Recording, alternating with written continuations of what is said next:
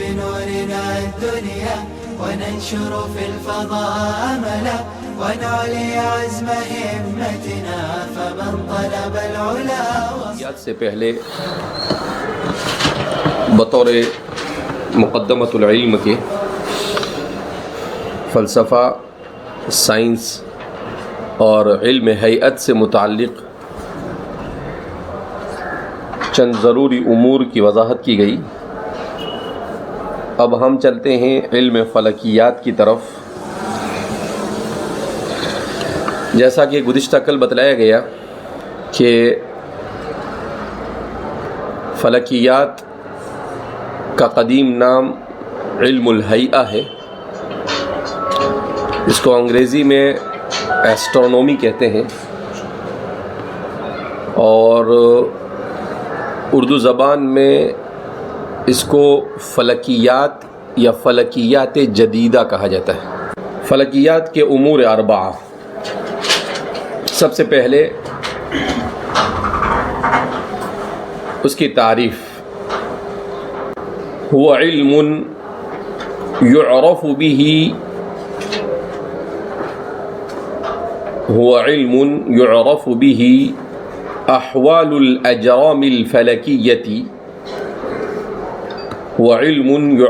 به احوال الاجرام الفلكية والكيفية والوضع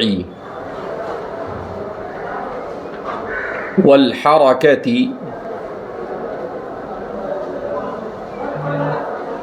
وما يتعلق بها بقدر الطاقة البشرية۔ یہ فلکیات کی ایک تعریف کی گئی ہے۔ دوسری تعریف ہے هو علم يعرف به احوال العالم المادي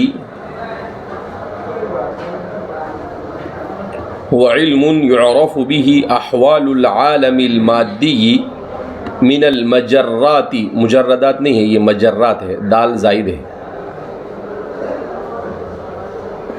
من المجرات والكواكب الثابتة والسیارات، یہ جمع ہونا چاہیے اس لیے کہ المجرات، الکواکب یہ سب جمع ہے تو السیارات بھی جمع ہے، یہ واحد صحیح نہیں۔ هو علم يعرف به احوال العالم المادي من المجرات والكواكب الثابتة والسيارات من حيث النشوء والحركة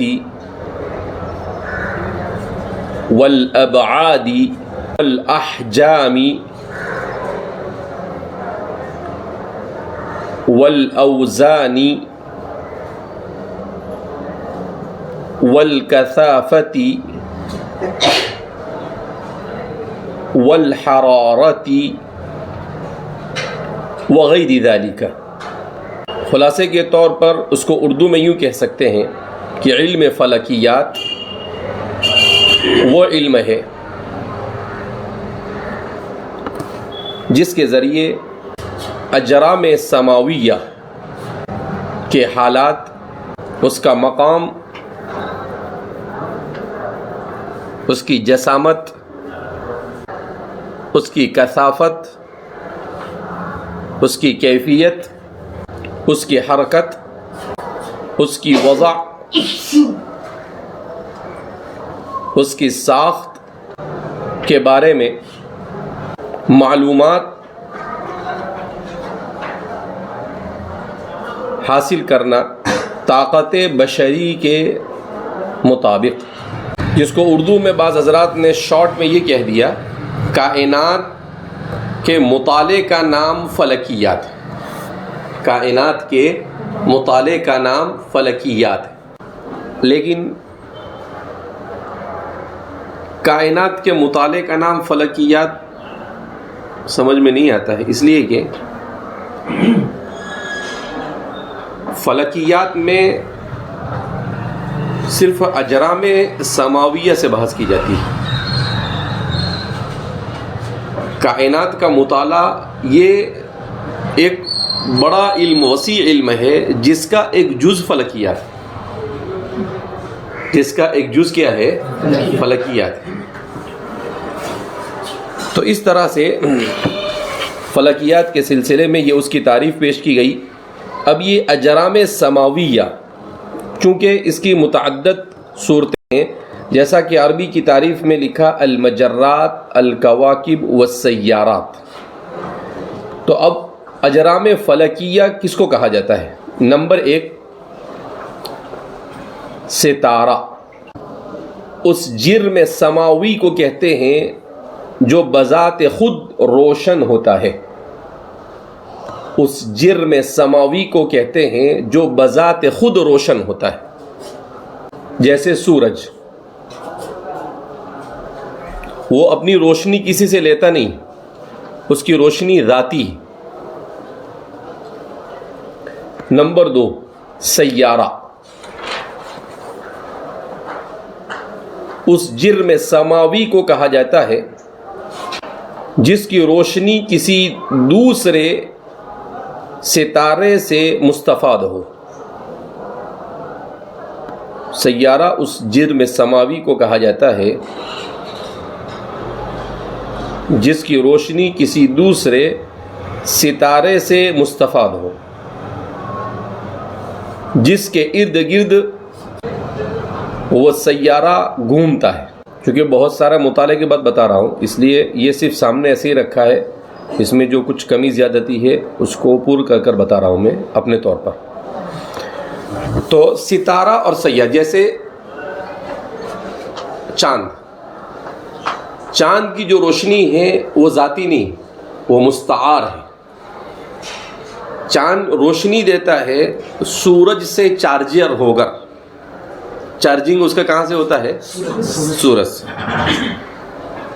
سورج بذات خود چارجر ہے، یعنی اس کو اپنی روشنی کسی سے لینی نہیں پڑتی.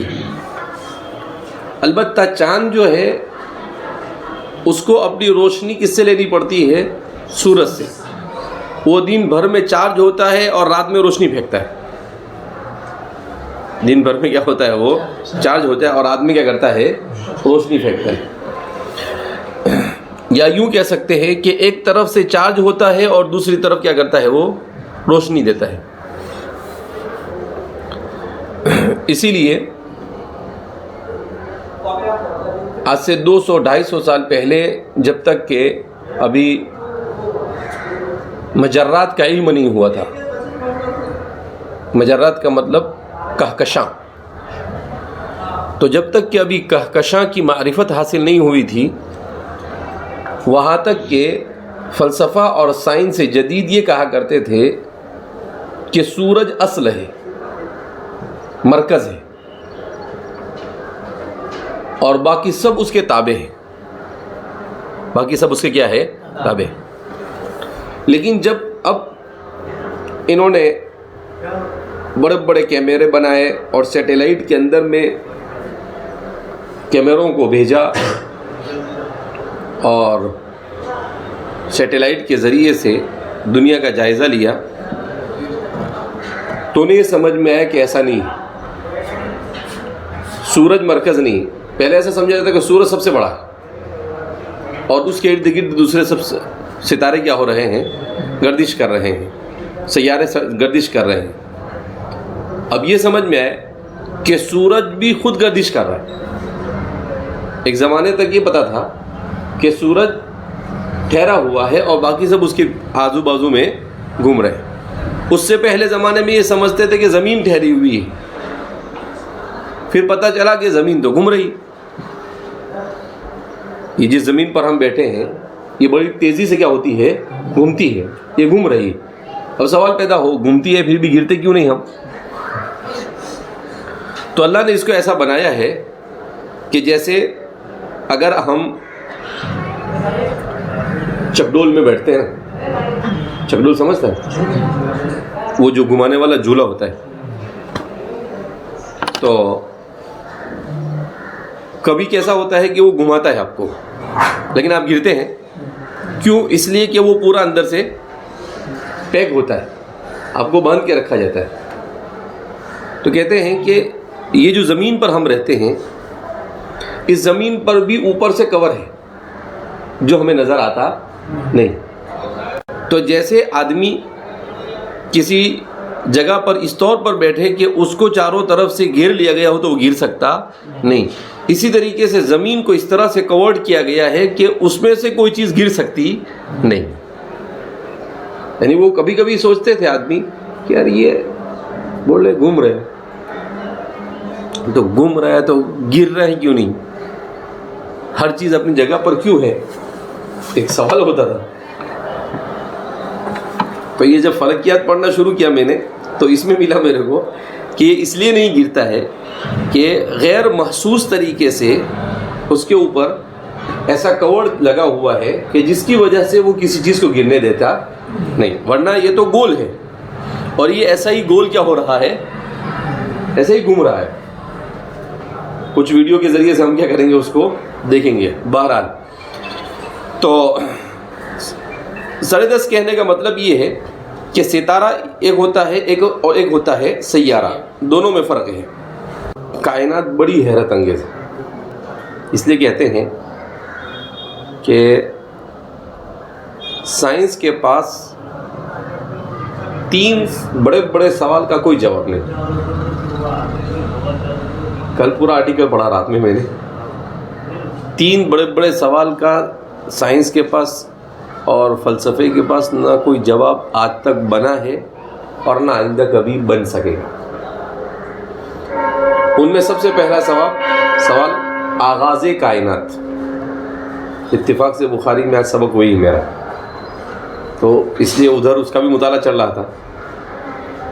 تو آغاز کائنات کہ کائنات کا آغاز کیسے ہوا. کچھ بھی ڈھکم ڈھاک کرتے ہیں، بگ بانگ ہوا، عظیم دھماکہ ہوا، حبنک کی اولاد. اگر دھماکے سے چیز وجود، دھماکے سے تو جو موجود ہے وہ بھی معدوم ہو جاتا ہے، تو دھماکے سے وجود میں کیسے آئے. تو آغاز کائنات کا ان کے پاس کوئی جواب نہیں. ایک دوسرا، زمین پر حیات نہیں لے رہا. یہ آئی فون کا ہی مغز ماری ہوتی ہے، ضرورت سے زیادہ شانہ ہوتا ہے. دوسرا ہوتا ہے حیات کا وجود، آغاز حیات جس کو کہیں گے، لائف اور زندگی. تو لائف اور زندگی کا بھی ان کے پاس کوئی جواب نہیں ہوتا ہے، ٹھوکم ٹھاک کرتے ہیں. پھر وہ ارتقاء پہ چلے جاتے ہیں کہ پہلے پانی بنا، پھر مٹی بنی، پھر پتھر بنا، پھر مینڈک بنا، اور بندر بنا اور انسان بنا. بے وقوف ہے. تو اس کا بھی ان کے پاس کوئی جواب نہیں. اور تیسرا شعور، اس کا بھی ان کے پاس کوئی جواب نہیں. کیا مطلب کہ زندگی کے بعد شعور کیسا ہے، یعنی عقل اور شعور کس طرح سے انسانوں میں، مخلوق کے اندر میں آیا. تو کہتے ہیں کہ یہ 3 ایسی چیزیں ہیں جس کا ان کے پاس کوئی جواب نہیں. ان سب کا جواب کون دیتا ہے؟ کتاب اللہ. مذاہب دیتے ہیں، مذہب میں بھی اس کا سب سے صحیح جواب صرف اور صرف کون دیتا ہے؟ کتاب اللہ. اس لیے کہتے ہیں کہ فلاسفہ اور سائنسداں مبدا اور معاد کے سلسلے میں سرگرداں ہیں، لیکن نہ تو انہیں حقیقت مبدا کا علم ہو سکتا ہے اور نہ حقیقت معاد کا علم ہو سکتا ہے.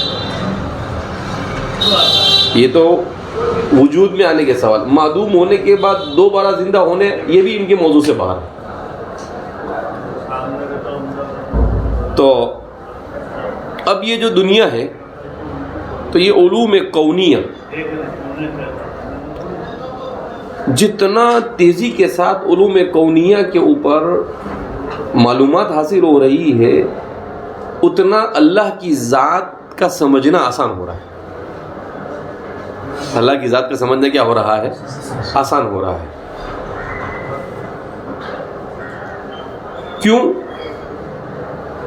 اس لیے کہ جیسے جیسے یہ لوگ اندر جا رہے، گھس رہے، ویسے ویسے اتنے عظیم امور سامنے آ رہے ہیں کہ ان امور کی وجہ سے انسان کے لیے سوائے اس کے کوئی چارہ نہیں کہ وہ اس بات کو تسلیم کرے کہ کوئی ہستی ہے جس نے اسے وجود بخشا، کوئی ہستی ہے جو اسے چلا رہی ہے، اور کوئی ہستی ہے جو یہاں پر کار فرما ہے. اس کے بغیر یہ ممکن نہیں. ابھی اللہ کو تو ماننا نہیں ان کو، اس لیے کیا بولتے ہیں معلوم؟ Super designer.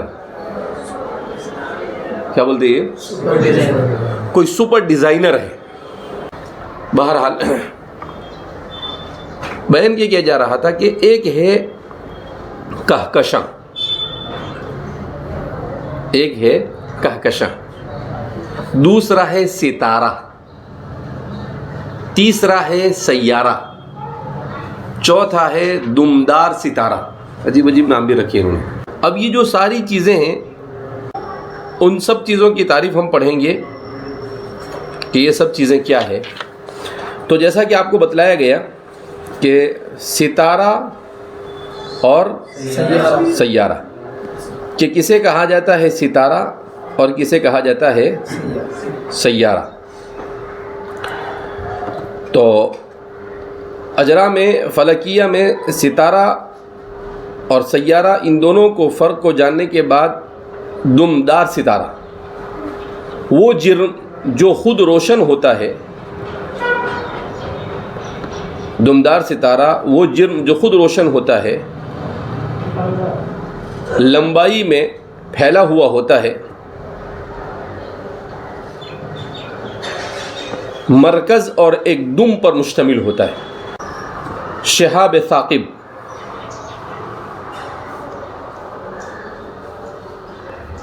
وہ چھوٹے بڑے اجسام، وہ چھوٹے بڑے اجسام جو سورج کے گرد چکر لگا رہے ہوتے ہیں. کہکشاں ستاروں کے لامحدود مجموعے کو کہا جاتا ہے. ستاروں کے اس لامحدود مجموعے کو کہتے ہیں جو ایک نظام کے تحت حرکت کرتے ہیں. لاکھوں اربوں اور خربوں ستارے اور سیارے ہوتے ہیں. جیسے ہماری جو کہکشاں ہے اس کو ملکی وے کہا جاتا ہے. ہم جس کہکشاں میں، زمین جس کہکشاں کے اندر میں اور سورج اور چاند وغیرہ آتے ہیں، اس کہکشاں کو ملکی وے کہتے ہیں. کل میں بتاؤں گا وہ ملکی وے کیسی دکھتی ہے. باقاعدہ انہوں نے بنایا ہے کہ وہ ملکی وے پورا کہکشاں اپنے لاکھوں اور اربوں خربوں ستاروں کے ساتھ گردش کر رہا ہوتا ہے. اور کہتے ہیں ایسی اربوں کہکشائیں، کتنی اربوں کہکشائیں، جس کا آج تک کے کوئی اندازہ لگایا جا سکا نہیں. اور ایسا بھی ماننا ہے کہ ہماری کہکشاں تو بہت چھوٹی ہے، اس سے بڑی بڑی کہکشائیں، اس سے بڑی بڑی کہکشائیں. اس کو انگریزی کے اندر میں گلیکسی کہتے ہیں. کیا کہتے ہیں انگریزی میں؟ اس کو گلیکسی کہتے ہیں، اور اردو میں اسے کہکشاں کہا جاتا ہے. تو بہت سارے ستاروں اور سیاروں کے مجموعے کو کہکشاں کہتے ہیں. اور جیسا کہ بتایا، ستارہ کس کو کہتے ہیں؟ جس کی خود اپنی روشنی ہو. اور سیارہ کس کو کہتے ہیں؟ جو دوسرے سے روشنی حاصل کرے. دمدار ستارہ اس کو کہتے ہیں جس کی روشنی طول میں ہو اور دم کی طرح نظر آتی ہو. اس میں ایک دم جیسی ہو نظر. آسمان پر دیکھتے ہیں رات میں تو سمجھ میں آتا ہے. اس کے تصاویر کے ذریعے سے میں بتاؤں گا آپ کو. آئندہ کل میں انشاءاللہ اس کی کچھ تصویریں لا کر بتا دوں گا. تو اس طرح سے ستاروں اور سیاروں اور دمدار ستاروں، ان سب کے بڑے مجموعے کو کہکشاں کہتے ہیں. اور حیرت انگیز یہ کہ کوئی بھی چیز ٹھہری ہوئی نہیں، کوئی بھی چیز. سورج اپنے مدار میں گردش کر رہا ہے، زمین اس کی گردش مختلف نوعیت کی. ایک تو اس کی گردش ہے چاند کے ارد گرد، دوسری اس کی گردش ہے سورج کے ارد گرد. سورج کے ارد گرد جو اس کی گردش ہے، جو گھومتی ہے، وہ اس کو ایک چکر کاٹنے میں 365 دن لگتے ہیں. اس کے مدار میں، سورج کے مدار میں، اس لیے کہ زمین اکیلی نہیں، اس کے ساتھ مریخ ہے، اس کے ساتھ زحل ہے، اس کے ساتھ عطارد ہے، دوسرے بہت سارے سیارے جو اب تک کے معلوم ہو سکے، تو وہ سب گھومتے ہیں. تو اس کو سورج کے ارد گرد اس طرح سے گھومنے میں کتنا ٹائم لگتا ہے؟ 365 دن، جس کا سال بنتا ہے. اور چاند کے ارد گرد گھومتی ہے جس کو اس کو لگتے ہیں 355 دن. 355 دن، اس لیے وہاں پر 29 اور 30 کا ہوتا ہے. اس کا ہوتا ہے 29 اور 30 کا ہوتا ہے. وہاں پر اس کے مقابلے میں 10 دن کیا ہوتے ہیں؟ کم ہوتے ہیں. تو اس طرح سے وہ چاند کے ارد گرد جو اس کی گردش ہے، اس گردش کے لیے کتنے دن لگتے ہیں؟ اس کو 355 دن لگتے ہیں. تو اس کے مطابق پھر یہ سورج اپنے ان تمام کے تمام ستاروں اور دیگر سیاروں کے ساتھ اپنے پورے نجوم مجموعے سیارہ اور ستاروں کے ساتھ یہ گھوم رہا ہے کہکشاں کے اندر میں. اور وہ کہکشاں ان ساری چیزوں کو، جیسے سورج جیسے اور بھی بہت سارے مجموعے ہیں، ان سب کو لے کر کیا ہو رہی ہے؟ گھوم رہی ہے. ان فی الحرکۃ لبرکۃ، اس کو کہتے ہیں. اتنی حرکتیں ہیں، حرکتاں ہی حرکتاں، حرکتاں ہی حرکتاں. تو یہ جو اتنی دلچسپ دنیا ہے اور اتنی بہترین یہ کائنات ہے اور اتنی خوشنما جو زمین ہے، اس زمین کے پیچھے اللہ کی اتنی ساری خالقیت اور صناعیت کیا ہے؟ کار فرما ہے. اس لیے میں کہہ رہا ہوں کہ یہ جتنا کائنات کے راز کھلتے جائیں گے، اتنا اللہ کی معرفت آسان ہوگی. اللہ کی معرفت کیا ہوگی؟ آسان ہوگی. لیکن حیرت انگیز بات یہ ہے کہ ان سب کے باوجود، کیا ہم چھوڑ دیں اس کنیکشن؟ حیرت انگیز بات یہ ہے کہ ان سب کو سمجھنے کے بعد انسان اللہ سے قریب ہونے کے بجائے اللہ سے دور ہوتا ہے. تو ایک سوال یہ ہوتا ہے کہ اتنا سب کچھ جاننے کے بعد انسان اللہ کے قریب ہونے کے بجائے اللہ سے دور ہوتا ہے. کیوں؟ اس لیے کہ اللہ کا تقرب حاصل کرنے کے لیے ان علوم سے زیادہ انسان کو علم وحی یہ کارگر ہوتا ہے. کیا کارگر ہوتا ہے؟ اس کی دو وجہ. ایک وجہ تو یہ کہ جتنی چیزیں ہوتی ہیں، یہ ساری کی ساری چیزیں کیسی ہوتی ہے؟ وہم و گمان پر ہوتی ہے. کس پر ہوتی ہے؟ تو انسان کو سمجھ میں ہی نہیں آتا ہے. کیا نہیں سمجھ میں آتا ہے؟ کہ بھئی تحقیق تو ہے ابھی یہ، لیکن صحیح ہے یا غلط ہے معلوم نہیں. تو اب اسی لیے اللہ نے قرآن کو جب شروع کہا تو سب سے پہلے ہی کہہ دیا ذالک الکتاب لا ریب فیہ. کہا فلسفیوں کی طرح پریشان مت ہونا، سائنسدانوں کی طرح سرگرداں مت رہنا. ذالک الکتاب لا ریب فیہ، پہلے ہی کانسیپٹ کلیر کہ اس کتاب کے من جانب اللہ ہونے میں کسی قسم کا کوئی شک اور شبہ نہیں. اب پڑھ، اب کیا کر؟ پڑھ. تو جہاں پر پھسلتا ہے انسان، بالکل اسی پوائنٹ پر آ کر اللہ رہنمائی کرتے ہیں. اسی پوائنٹ پر اللہ کیا کرتے ہیں؟ رہنمائی کرتے ہیں. بہرحال تو کہنے کا مطلب یہ ہے کہ وحی کے بغیر چارے کار نہیں. لوگ کیا کہتے ہیں؟ انسان کو دین کی ضرورت ہے. ایسا نہیں بولنے کا، انسان کو وحی کی ضرورت ہے. دین کی ضرورت کا مطلب تو کیا ہوا کہ کوئی بھی دین ہو. صرف دین کی نہیں، انسان کو وحی کی ضرورت ہے.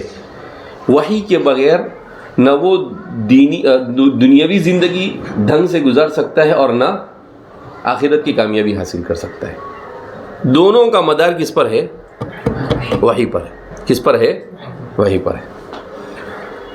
موضوع الاجرام الفلکیۃ باعتبار الحیثیۃ المذکورۃ فی الحد، کہ فلکیات کا موضوع کیا ہے؟ تو فرماتے ہیں کہ اس کا موضوع ہے اجرام فلکیہ.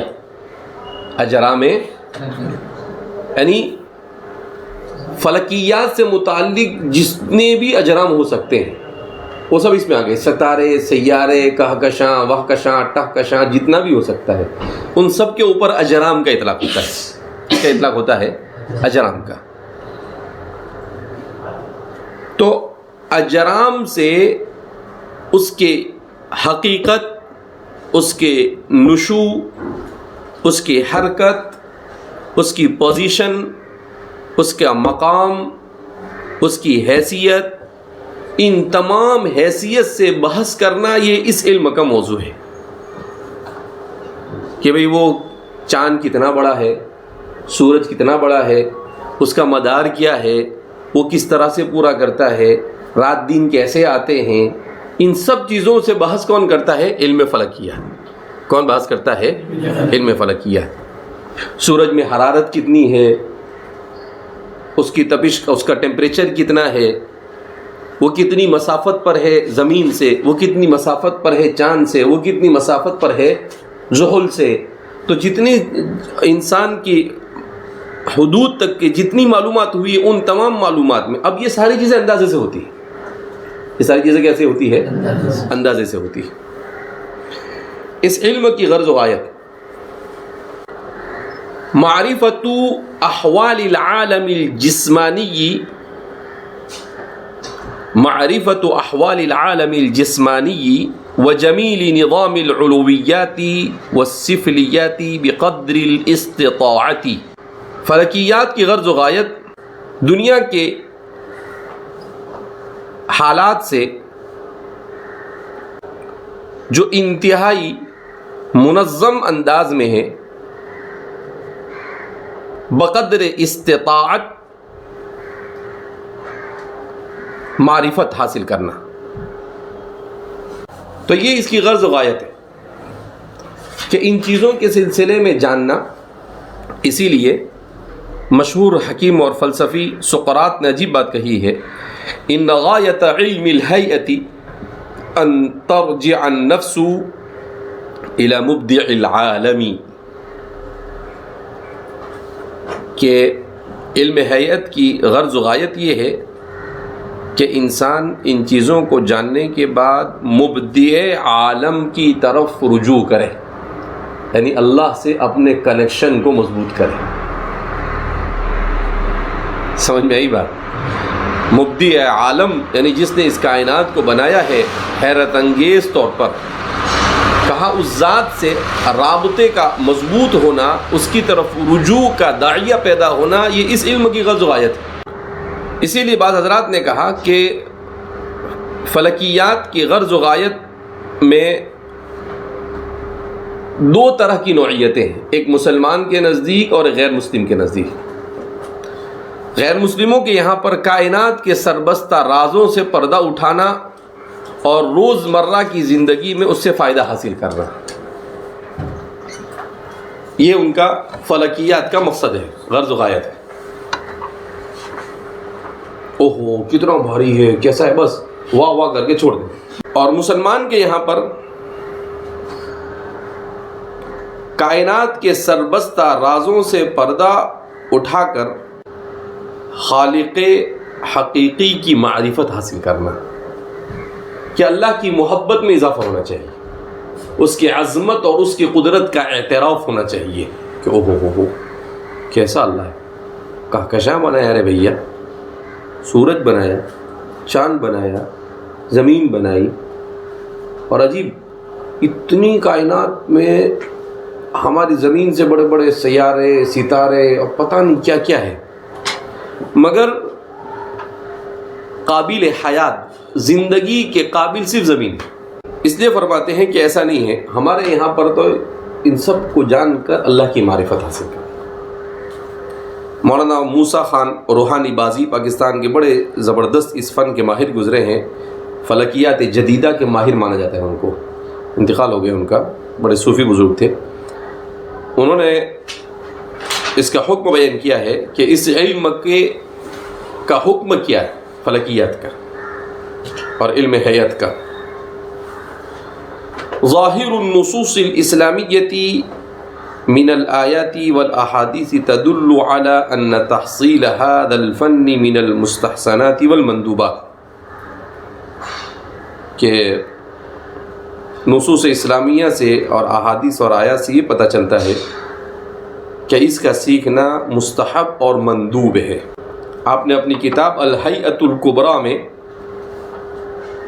اس کے مندوب اور مستحب ہونے پر تفصیل سے روشنی ڈالی۔ علامہ موسیٰ روحانی بازی رحمۃ اللہ علیہ فرماتے تھے، یہ علم اللہ تعالیٰ کے وجود، توحید اور حکمت کے اعتراف اور عظیم قدرت کے اقرار کا باعث اور سبب ہے، کہ فلکیات کی معرفت سے اللہ کی قدرت کا کیا ہوتا ہے انسان کو۔ امام غزالی فرماتے ہیں، جو شخص علم فلکیات نہیں جانتا وہ اللہ تعالیٰ کی کما حقہ معرفت حاصل نہیں کر سکتا۔